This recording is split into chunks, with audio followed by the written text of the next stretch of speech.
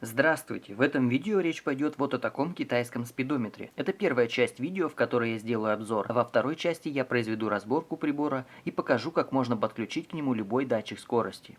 Итак, это SI-1940, но такая маркировка у него только в инструкциях, которые китайцы прячут от простого потребителя, словно это секретные знания из Шаолинского монастыря. Чтобы найти его на AliExpress, в строке поиска необходимо ввести что-то типа 2018 спидометр для мотоцикла, ЖК цифровой одометр. Обратите внимание на его цену, это очень дешево, ребята. Цена на момент выхода этого видео около $15, 1000 с копейками рублей. На всякий случай ставлю картинку с курсом рубля. Как видите, этот спидометр сделан неразборным, так как передняя обойма завальцована на корпус. Конечно, разобрать один раз его можно, отогнув фальцы отверткой. Однако собрать повторно для установки на мотоцикл так, чтобы при этом не пострадал внешний вид изделия, у вас вряд ли получится. Этот спидометр, судя по креплению, подразумевает установку скорее на какой-нибудь китайский 50-кубовый чоппер или скутер. Для серьезных мотоциклов это как-то не солидно, что ли. Размеры его 67 мм по внешней обойме, 60 мм диаметр корпуса, высота корпуса 57 мм, 81 мм по приводу троса спидометра. Кстати, диаметр привода троса спидометра 12 мм.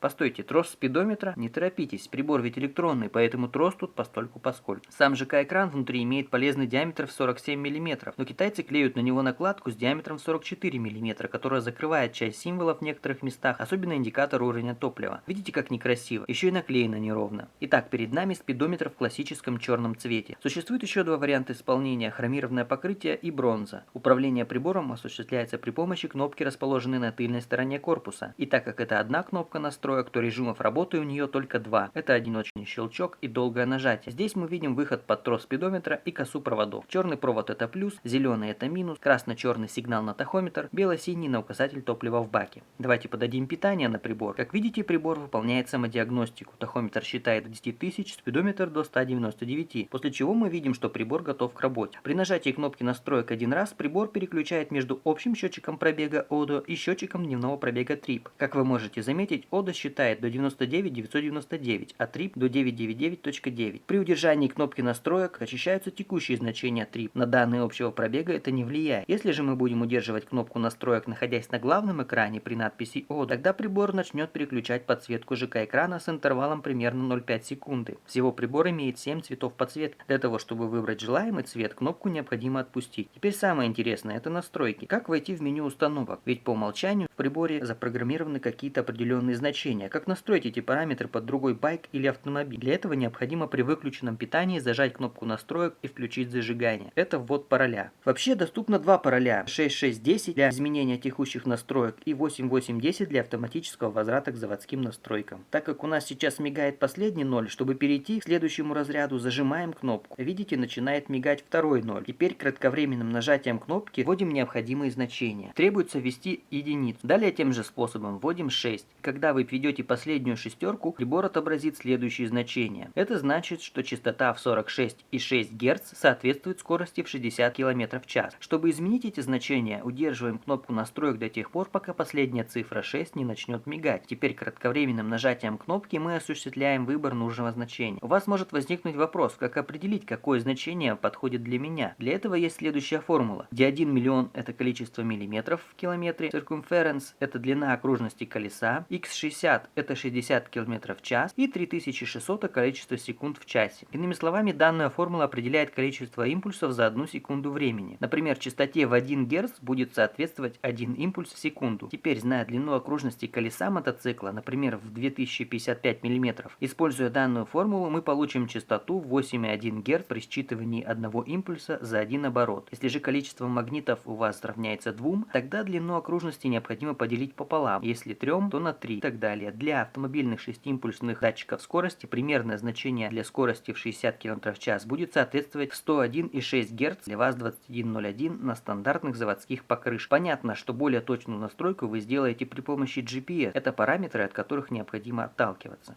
Поэтому давайте введем указанные мной значения. Первую шестерку мы оставляем. Зажимаем кнопку, переходим к следующему разряду. Однократным нажатием устанавливаем единицу. Зажимаем кнопку, переходим к следующему разряду. Выбираем 0. Зажимаем кнопку, переходим к следующему разряду. Выбираем 1. Теперь, чтобы сохранить, удерживаем кнопку до тех пор, пока единица не перестанет мигать. Теперь кратковременным нажатием кнопки переходим в следующее меню. Первая настройка — это выбор системы отсчета. 1001 метрическая система километры в час, 1002 эмпирическая система отсчета мили в час. Данную настройку километры в час нам менять не надо. Пропускаем ее, нажав кнопку сзади один раз, и переходим к следующей. Вторая настройка — это установка количества цилиндров. 002 это 2 цилиндра, 004 соответственно 4. Двум цилиндрам будет соответствовать частота тахометра в 16,6 Гц при 1000 оборотах в минуту, 4 33,3 Гц при 1000 оборотах в минуту. Для корректировки значения войдем в настройку, зажимая кнопку, двойка начинает мигать. Теперь кратковременным нажатием кнопки меняем 002 на 004. Пусть у нас будет мотоцикл с 4 цилиндрами. Снова удерживаем кнопку. Теперь однократным нажатием переходим к третьей настройке меню. Это выбор топливного датчика, где 002 это двухпроводной датчик 100 Ом, где нулю соответствует полный бак. И 003 это трехпроводной датчик 566 Ом, где 33 Омам соответствует полный бак. С мотоциклами все понятно, вы просто выбираете тип датчика, установленный у вас. Но как быть владельцем автомобилей Лада, у которых датчик 350 Ом, где нулю Ом соответствует полному баку? Для этого при данной настройке вы подключаете параллельно указателю в баке переменный резистор 0,150 Ом с выставленным значением 120 Ом. Вращая резистор, впоследствии вы можете добиться тонкой настройки уровня топлива. Как видите, при значении 120 Ом резистора и 350 Ом указателя в баке реальное значение будет около 90 Ом.